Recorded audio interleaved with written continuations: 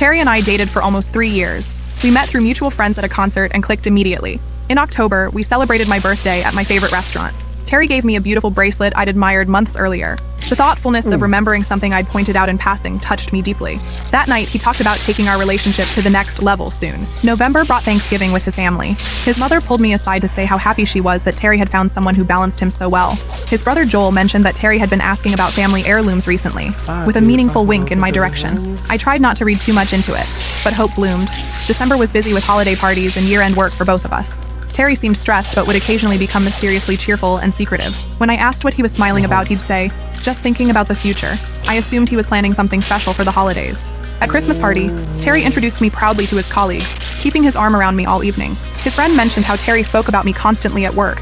Everything pointed to a man deeply in love, perhaps preparing for a significant step forward. January brought a minor argument about a weekend trip with his college friends that he'd forgotten to mention until the last minute. I was disappointed about our canceled plans, but understood the importance of maintaining friendships. He apologized sincerely and promised to make it up to me. After that weekend, Terry seemed particularly attentive. He suggested Valentine's Day dinner at Bellini's, an upscale restaurant downtown that required reservations months in advance. Somehow he'd secured a table. He asked me to wear the red dress he loved, saying he wanted the evening to be special. I was touched by his effort to plan something romantic. 2 days before Valentine's Day, Terry texted about a surprise he'd been planning. My friends speculated it might be a proposal, though I tried to manage my expectations. Still, everything pointed in that direction. The fancy restaurant, his recent secretiveness, the hints from his family. Valentine's Day arrived. Terry suggested meeting at the restaurant rather than driving together, explaining he might need to work late but didn't want to delay our reservation. I agreed, excited but nervous about what the evening might bring. I arrived at Bellini's 15 minutes early. The hostess led me to a prominent center table surrounded by other couples. Terry arrived right on time. He ordered champagne immediately and seemed both nervous and excited. Throughout dinner, our conversation flowed naturally, reminiscing about our relationship and discussing future dreams. Everything felt perfect. After our main course, Terry became visibly anxious, checking his pocket discreetly. A nearby couple got engaged, prompting applause throughout the restaurant. Terry watched with a strange intensity, then took a deep breath. My pulse quickened. When dessert arrived, Terry stood up suddenly. "Everyone!" he announced loudly. "I have something important to say." He got down on one knee beside me. Conversations hushed. Phones came out to record what everyone assumed was a proposal. The waitstaff paused, smiling expectantly. Someone whispered, "Oh my God, he's proposing." Terry took my hand in his. He looked into my eyes and said clearly, "I'm done pretending you're worth loving. You're disgusting." The restaurant went completely silent. Terry stood up and continued, "I've wasted 3 years trying to fix you. I'm done." He grabbed his coat and walked out. A waiter approached with our bill, $347. I left the restaurant in shock, unable to process what had happened. At home, I discovered Terry had cleared his belongings from our apartment. All my calls went to voicemail. His social media showed he had blocked me everywhere. 2 days later, I learned from Joel that Terry had been seeing someone named Rita for months. The Valentine's surprise had been planned as his dramatic exit. Joel seemed genuinely shocked by his brother's cruelty, saying he'd had no idea Terry was capable of such behavior. Within a week, videos of my humiliation appeared online. Terry had somehow arranged for someone to record the moment, ensuring maximum public exposure. In his social circles, he was rewriting our history, claiming I had been controlling and manipulative, that his public display was justified retaliation. But Terry thinks I'm destroyed, that I'll hide away in shame forever. He has no idea what's coming. I have a plan that will make him regret the day he decided to break my heart in front of an audience. First update, I did not expect this post to blow up like it did. Thousands of comments, my inbox is completely destroyed, and apparently my story is all over other platforms too. So many of you asked for updates, and honestly, writing this out is helping me process everything. The last few weeks have been absolute hell, but I'm starting to see things clearer now, and what I'm seeing is making me furious. After that nightmare, I walked home in a daze wearing that stupid red dress I'd bought specially. My phone was blowing up with texts from friends who'd already seen videos online. I just turned it off. Couldn't deal. When I got to our apartment, Terry had already cleared out his stuff. That's when it hit me. This wasn't a spontaneous, cruel moment. This asshole had planned the whole thing. He knew I'd be too devastated to come straight home, giving him time to move out without confrontation. I sat on the kitchen floor until 3 a.m., just staring at nothing. When I finally checked my phone, I had hundreds of messages. One of the videos had gone viral. Even my boss texted asking if I needed time off. My sister Darlene came over with wine and ice cream. I was still in shock, but something wasn't adding up. Terry didn't have much money saved. How did he afford to move out so quickly? Where was he even staying? 3 days after Valentine's Day, my dad called. He sounded weird, asking if Terry and I had money troubles. Apparently, Terry had just withdrawn $5,000 from the business account, the small coffee shop my parents had helped him open last year. And that's when the real bomb dropped. See, what I hadn't mentioned before is that my parents absolutely loved Terry. They're not super wealthy, but comfortable enough. When Terry talked about wanting to open his own place 2 years ago, they invested in him. They saw him as family already, their future son-in-law. They paid for the lease deposit, equipment, initial inventory, everything. They even hired him a business consultant to help get things running. Dad assumed the withdrawal was for our engagement, maybe an expensive ring or a trip. But with what happened, he was confused and concerned. I had to tell him everything. The silence on the phone was deafening. Then Dad just said, very quietly, "We're coming over. Now." My parents arrived at my apartment an hour later. I've never seen my dad so angry. Mom was just devastated. They sat at my kitchen table while I showed them the viral videos of my humiliation. Mom kept saying she couldn't understand. They just had dinner with Terry and me 2 weeks ago, and he'd pulled Dad aside to ask for advice about the future. That's when Mom revealed something that made my blood run cold. They hadn't just helped with the coffee shop. They'd been paying Terry's student loans for the past year. They'd covered the down payment on his car. They'd even paid for his parents to fly in last Christmas because Terry said they couldn't afford the tickets. All because they thought he was going to be family. Dad pulled out his laptop and started going through bank statements. The more he looked, the worse it got. Large withdrawals that Terry had explained as business expenses or inventory. A second business credit card we knew nothing about. Mysterious payments to accounts we couldn't identify. Mom was crying by now. Not just because of the money, but the betrayal. She kept saying, "He sat at our table every Sunday. He called me Mom. How could he do this?" I was in shock all over again. Terry hadn't just betrayed and humiliated me. He'd been scamming my family for years, using their generosity and trust to fund God knows what, or who. That night, Joel called again, Terry's brother. He sounded awkward, like he didn't want to tell me something. I put him on speaker so my parents could hear. Joel confessed that Terry had been seeing Rita for almost a year, not just a few months like he'd initially said. Worse, Terry had been taking her on expensive trips, buying her gifts, even put a down payment on a condo they were now living in together. My mom interrupted, "What condo? Where?" Joel gave us the address. It was in the expensive part of town, a new development where units started at $400K. Dad's face went white. We helped him with that down payment. He said it was for a business expansion. Later that night, after my parents left, I went through old photos on my phone. Holiday gifts Terry had given me that seemed weirdly expensive on his supposed income. The watch last Christmas, the bracelet on my birthday, the weekend trips that were mysteriously comped or won in a contest at work. It was all my parents' money. Every bit of it. The next morning, Dad called. He'd been up all night going through financial records. Terry had embezzled at least $75,000 from the coffee shop and various loans my parents had given him. Dad had already contacted his lawyer, but legal action would take time, and it wouldn't address the public humiliation, the emotional devastation he'd caused. That's when I decided, if Terry wanted to play dirty, I could play dirtier. I called Joel back. He was still feeling guilty about his brother's behavior, still offering to help. I asked if Terry and Rita were happy in their new place. He hesitated, then admitted Terry was stressed about money lately. Apparently, the down payment had wiped out his savings, and the monthly mortgage was more than he'd expected. Interesting. I also learned that Terry hadn't told Rita about the source of his money. She thought he was some financial wizard who'd saved and invested brilliantly. She had no idea my parents had funded their entire relationship. Dad's lawyer advised us to move cautiously.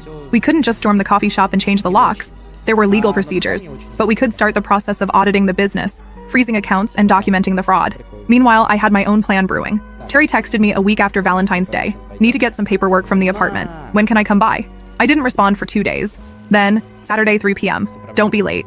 I spent those 2 days preparing. I invited my parents over. Set up a small camera in the living room bookshelf. Totally legal in my state as long as it's my residence and I'm present. Saturday came. Terry knocked precisely at 3. When I opened the door, his smug expression faltered seeing me put together, calm, collected. But what really shocked him was seeing my parents sitting on the couch. He tried to back out. I can come back another time." But Dad was already up, blocking the exit. Terry had no choice but to come in. The tension was suffocating. Terry stood awkwardly in the middle of the room looking between us. Mom couldn't even look at him. Dad was eerily calm. I spoke first. "So Terry, found what you were looking for at Bellini's?" He had the nerve to look annoyed. "Look, I know you're upset, but it was better to make a clean break. Our relationship wasn't working." Mom cut him off. "Was our relationship working, Terry? All those Sunday dinners? All those, Mom and Dad, I'm so grateful for your support conversations?" Terry went pale. He glanced at Dad, who was just watching him, expressionless. Terry tried to recover. "Listen, I appreciate everything you've done for me, but things with your daughter just weren't..." Dad interrupted quietly. "We know about the money, Terry." Terry's face. God, I wish you could have seen it. Pure panic. He started babbling about business expenses, how he could explain everything, how he'd been planning to pay it all back. Dad just held up his hand. "Save the receipts, son. All of them. The trips, the gifts, the mysterious inventory purchases. We know about Rita, too." Terry switched tactics instantly, suddenly apologetic, eyes welling up with fake tears. He claimed Rita was a mistake, that he'd been confused, that the pressure of the business and our relationship had made him act irrationally. I laughed out loud. That's not what your TikTok says. Finally living my truth with the woman I was meant to be with. Remember posting that?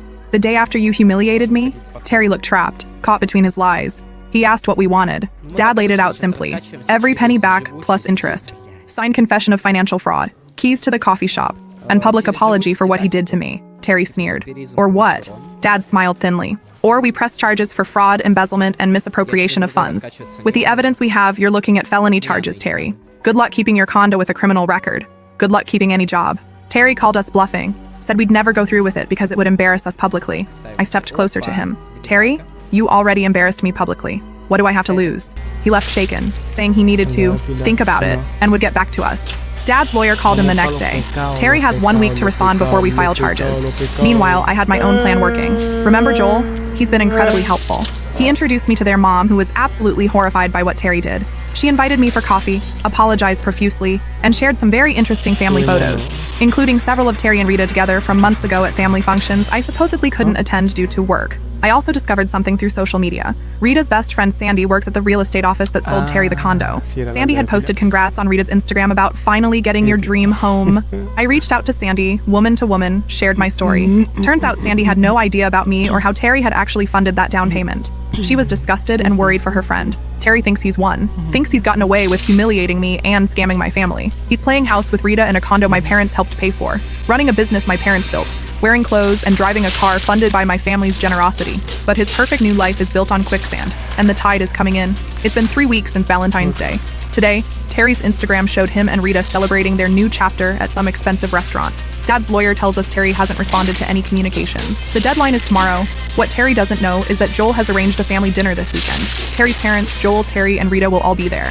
And so will a folder full of financial records showing exactly how Terry funded his relationship with Rita. And maybe, just maybe, I'll be making an appearance too. I'll update again after the weekend. Thanks for all the support, Reddit. Knowing I'm not crazy for wanting justice helps more than you know. Second update, guys, my notifications are still blowing up. For everyone asking if I'm okay, I'm surviving. Some days are better than others. But knowing Terry is about to face consequences is keeping me going. So the family dinner happened, and it was intense. Grab your popcorn because this is going to be a wild ride. Joel picked me up Saturday evening. He was nervous as hell, kept checking his phone. Apparently Terry had been texting him all day, suspicious about why their parents were so insistent on this dinner. Joel showed me the texts. Terry asking if Joel had said anything stupid to their parents. The audacity of this asshole, seriously. The plan was for me to wait nearby until Joel texted me to come in. My parents were on standby too. We weren't sure if we'd need them, but they were ready. Dad had compiled a folder with all the financial records showing Terry's fraud. We'd made copies for everyone, including Rita.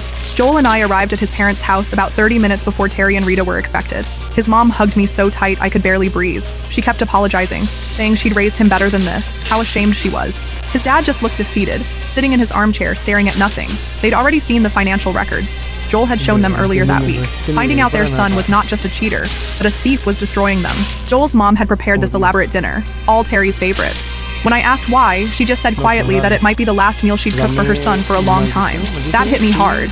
In all my anger and planning, I hadn't fully considered how this would devastate Terry's family too. I went to wait in Joel's old bedroom. From there, I could hear when Terry and Rita arrived. Their voices drifted up the stairs. Terry sounding annoyed about the last-minute dinner invitation. Rita trying to be polite and cheerful with his parents. The first 20 minutes were apparently normal, just casual conversation over drinks before dinner. Joel had hidden his phone under a napkin on the table so I could hear everything. Terry was bragging about how well the coffee shop was doing, how they were thinking about opening a second location. The fucking nerve. Then Joel's dad cleared his throat and said they needed to discuss something important before dinner. Terry immediately got defensive, asking what was going on and why everyone was acting weird. Joel texted me, now.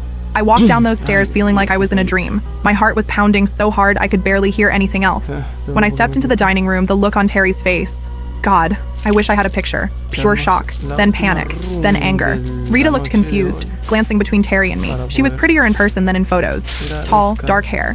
She asked Terry who I was, though I'm pretty sure she knew exactly who I was. Terry jumped up, knocking over his wine glass. He demanded to know what the hell I was doing there. Joel stood up too, told Terry to sit down and listen. Terry refused, started yelling at his parents that this was a setup, that they were choosing me over their own son. His mom started crying. His dad slammed his hand on the table and told Terry to sit down and shut up. I'd never heard his dad raise his voice before. None of them had, judging by their shocked faces. In the silence that followed, I placed the folders on the table, one in front of each person, including Rita. Very calmly, I explained what they contained. Detailed records of every penny Terry had stolen from my parents over the past 3 years. The coffee shop investment, the business loans, the personal loans, his car payment, his student loans, the condo down payment. Rita's face as she flipped through her copy was a study in dawning horror. She looked at Terry, then back at the documents, then at me. Terry tried to grab the folder from her, but she pulled away, continuing to read. Terry went into full damage control mode, claimed I was making it all up, that I was a psycho ex trying to ruin his life because he dumped me, said my parents had gifted him the money, that there was no expectation of repayment, that they'd practically forced their help on him. That's when Joel played the recording, the one we'd made in my apartment a week earlier, where Terry had basically admitted to the fraud and tried to justify it. Terry's face went white. Rita finally spoke, asked Terry if it was true. Had he really used my parents' money to buy her gifts? To take her on trips? To put a down payment on their condo?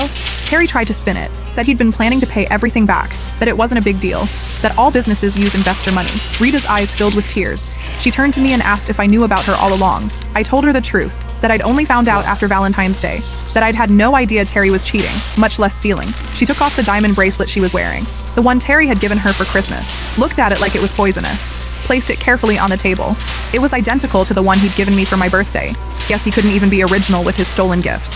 Terry was getting desperate. Started saying that none of us understood the pressure he was under, how hard he'd been working, how he deserved nice things after everything he'd done for my family. His mom asked what exactly he'd done for my family. Terry couldn't answer. That's when Rita dropped another bomb. Apparently, Terry had told her I was his crazy ex who wouldn't let go, that my parents were obsessed with him and kept trying to control his life with their money, that he'd had to publicly break up with me because I was threatening to hurt myself if he left. I literally laughed out loud, asked her if that made sense given the Valentine's Day video she'd surely seen. Rita admitted she'd thought the video seemed weird, but Terry had convinced her it was heavily edited and didn't show how I'd been screaming at him before he finally stood up for himself. The look on her face when she realized she'd been lied to about everything, I almost felt sorry for her. Terry made one last desperate attempt, claimed he and Rita were in love, that yes, he'd made mistakes, but couldn't we all move forward? He'd pay back the money eventually. He even tried to suggest my parents could invest in his and Rita's future ventures. Rita stood up, very quietly said she needed some air, walked out the front door. Terry tried to follow her, but his dad blocked him, said they weren't finished yet.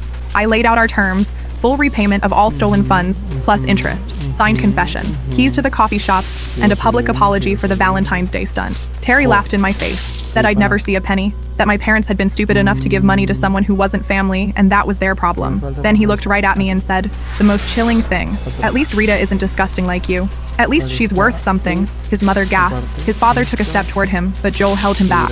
I just stood there, letting the words wash over me. They couldn't hurt me anymore. I'd already been through the worst public humiliation possible. What were a few more cruel words? I smiled at Terry, told him his time was up. Our lawyer had already filed charges that morning. The police would be contacting him soon. The coffee shop accounts were frozen. And once he had a fraud charge on his record, good luck getting another business loan or mortgage. Terry's face twisted with rage. He called me every horrible name you can imagine.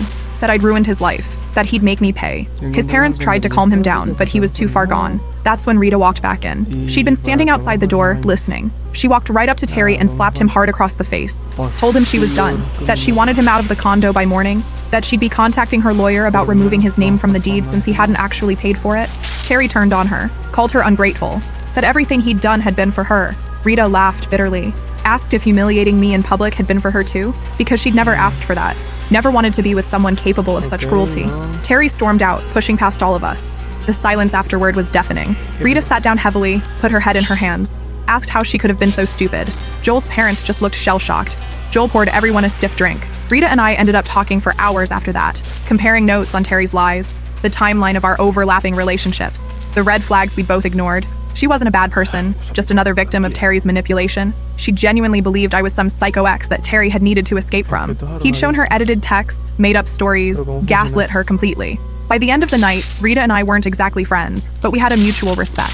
She promised to cooperate with any legal proceedings against Terry. Said she'd already texted her friend Sandy at the real estate office to look into what it would take to get Terry's name off the condo. The next morning, Sunday, my parents came over. They'd been nervously waiting for updates all night. We were discussing next steps when my phone exploded with notification. Terry had gone on a social media rampage. Posts on Instagram, Facebook, even Twitter, aka X, claiming I was trying to extort money from him, that my family was threatening him, that I couldn't accept that he'd found happiness with someone else. He even posted screenshots of supposed texts from me begging him to come back. Completely fabricated, of course. At first, I panicked.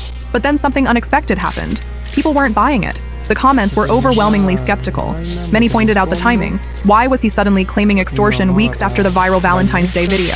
And then Rita commented, on every single post. She laid it all out, how Terry had lied to her about me, used stolen money to fund their relationship, and was now trying to avoid legal consequences for fraud. She ended with, "The man I thought I knew doesn't exist. To the woman he humiliated on Valentine's Day, I believe you, and I'm sorry." Terry deleted everything within hours, but the screenshots were already circulating. Monday morning, Terry was served with legal papers at his parents' house, where he'd apparently been sleeping since Rita kicked him out. By afternoon, he was blowing up my phone. The messages started with anger, threats, insults, claims he'd countersue. Then came bargaining, offers to pay back some of the money if we dropped the charges, promises to make a public apology if we'd just give him another chance with the coffee shop. Finally, around midnight, the desperation set in. "Baby, please, I'm sleeping in my car. My parents won't even look at me.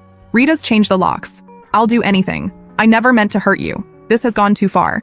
I didn't respond to any of them, just forwarded everything to our lawyer. Tuesday morning, I went to the coffee shop with my dad and his lawyer. The lawyer had obtained an emergency court order giving us access to the business pending the fraud investigation. We changed the locks, updated the security codes, and began a full inventory. The staff were confused, of course. Dad explained the situation as simply as possible. Terry was no longer involved with the business due to financial irregularities.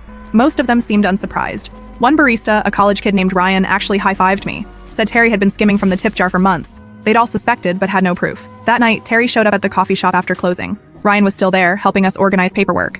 Terry started pounding on the glass, clearly drunk, demanding to be let in. Ryan called the police while Dad and I filmed everything on our phones.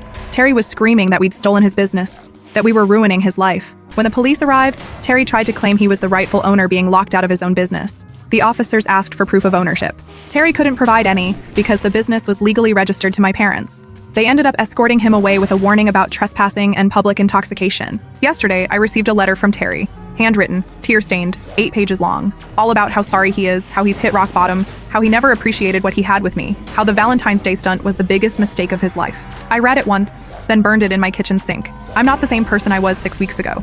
That girl died in restaurant when Terry got down on one knee and chose public cruelty over basic human decency. The woman I am now doesn't want apologies or explanations. She wants justice, and she's getting it. I'll update again when there's more to share. Thanks for all the support, Reddit.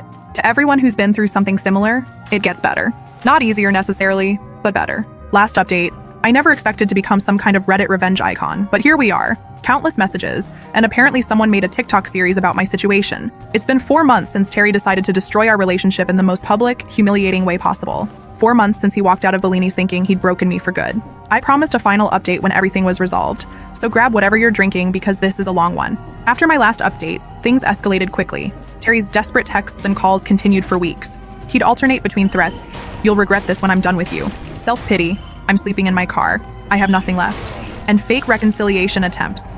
"Baby, I made a mistake. We can work this out." My parents' lawyer advised us to keep all communication strictly legal from that point forward. We filed for a restraining order after Terry showed up at the coffee shop drunk for the 3rd time. The judge granted it immediately given the pattern of harassment and the evidence we had. Terry violated that restraining order exactly 4 days later. Ryan, the barista who'd been helping us, called me in a panic because Terry was outside the coffee shop at 6 a.m., clearly hadn't slept, looking like absolute hell. He was screaming about how we'd stolen his business, how we'd turned everyone against him. Ryan had already called the police. By the time I arrived, Terry was in the back of a police car. The officers showed me the body cam footage later. Terry had claimed he was the rightful owner, that we were the ones committing fraud. When they asked for documentation, he couldn't provide any. Then he made the brilliant decision to try to force his way into the shop when they told him to leave. Resisting arrest charges were added to the restraining order violation. Terry spent 3 days in jail before his parents bailed him out. Joel told me their mom had almost refused. She was so ashamed and angry about everything he'd done. But in the end, maternal instinct won out. The conditions of his bail were strict. No contact with me or my family, mandatory counseling, and regular check-ins with a court officer. Rita reached out around this time. She'd been served with a subpoena for the fraud case and wanted to know what to expect. We met for coffee, not at our shop, obviously. She looked exhausted, told me Terry had been harassing her too, showing up at her workplace, sending emails from new accounts after she blocked his number. She'd filed her own restraining order. 2 weeks later, Terry's lawyer contacted ours. They wanted to make a deal. Terry would plead guilty to lesser charges if we agreed to certain terms, primarily a payment plan rather than immediate full restitution. My parents and I discussed it thoroughly. The lawyer advised that while we had a strong case, trials are unpredictable and can drag on for months or even years. A plea deal would guarantee some justice and let us all move forward. We agreed to the deal with specific conditions. Terry would plead guilty to felony embezzlement and fraud. He would make monthly restitution payments. He would formally relinquish any claim to the coffee shop. And, this was my addition, he would make a public apology for the Valentine's Day incident. Terry's lawyer pushed back on the public apology, said it wasn't relevant to the fraud case. I held firm, told my parents I'd rather go to trial than let Terry off the hook for what he'd done to me. That wasn't just about money. It was about deliberately, publicly humiliating someone who loved him. My parents backed me 100%. The negotiations went back and forth for days. Finally, Terry agreed to all conditions. He would plead guilty, make restitution, sign over the business, and make a public apology in the form of a statement that could be shared on social media. The day of Terry's court appearance, I was a nervous wreck. What if the judge rejected the plea deal? What if Terry backed out at the last minute? No. Darlene came with me for moral support. My parents were there too, sitting with their lawyer. Terry arrived with his parents, but they sat separately. The divide in their family still painfully evident. Joel wasn't there. He texted me that morning saying he couldn't face seeing his brother plead guilty to felony charges. Even though he knew Terry deserved the consequences, the judge reviewed the plea agreement carefully, asked Terry if he understood he was admitting to felony fraud and embezzlement. If he understood, this would create a permanent criminal record. If he was making this plea voluntarily. Terry answered yes in a voice so quiet the judge asked him to speak up. When the judge asked Terry to explain in his own words what he had done, Terry tried to minimize it at first. Said there had been financial misunderstandings and unclear boundaries about the money. The judge wasn't having it. Told Terry either he admitted to deliberately defrauding my parents or the plea deal would be rejected and we'd proceed to trial. Terry finally broke. Admitted he had systematically stolen money from my parents under false pretenses. Admitted he had used their investment in the coffee shop to fund his personal expenses. Admitted he had lied about business costs to extract more money. With each admission, his voice got shakier. The judge accepted the plea and reviewed the sentencing terms. 3 years probation, monthly restitution payments, 200 hours of community service, financial counseling, and the special conditions we'd requested, formal relinquishment of any claim to the coffee shop and a public apology. It was over in less than an hour. Terry was officially a convicted felon. He would never again work in finance or have easy access to business loans. His reputation was destroyed. Any future employer who did a background check would see the fraud conviction. Outside the courthouse, Terry's mom approached me. She looked like she'd aged 10 years. Hugged me tightly and apologized again for her son's actions. Said she and Terry's dad were still processing how their son could have done such terrible things. I felt sorry for her. None of this was her fault. The next day, Terry's lawyer sent over the signed business transfer documents and the public apology statement. The business part was straightforward. Terry relinquished all claims to the coffee shop and acknowledged my parents as the sole owners. The apology was not great, clearly written by his lawyer, full of vague phrases like, regret my actions, and acknowledge the hurt caused, without actually taking responsibility. I rejected it. Told our lawyer to send it back with a note. Either Terry writes a genuine apology that specifically addresses what he did, or we go back to court for violation of the plea agreement. 3 days later, we received a new statement. This one was handwritten, messy, with crossouts and ink blots. It was ugly and raw and clearly written by Terry himself. On February 14th, I deliberately humiliated my name at Bellini's restaurant. I planned it in advance, knowing it would cause maximum pain and public embarrassment. I said cruel things that weren't true because I wanted to hurt her. I did this while simultaneously stealing money from her family who had only ever shown me kindness and support. These actions reflect a profound moral failure on my part. The public story I tried to tell afterward was a lie. My name did nothing to deserve how I treated her. I am deeply ashamed and sorry for the pain I caused. I read it 10 times. It wasn't poetic or elegant, but it was real. It was the truth. I approved it for release. As agreed, Terry posted it on all his social media accounts. As for the coffee shop, my parents decided to keep it. They hired a proper manager and restructured everything. The staff stayed on, including Ryan. The shop is actually turning a profit now that Terry isn't siphoning money from it.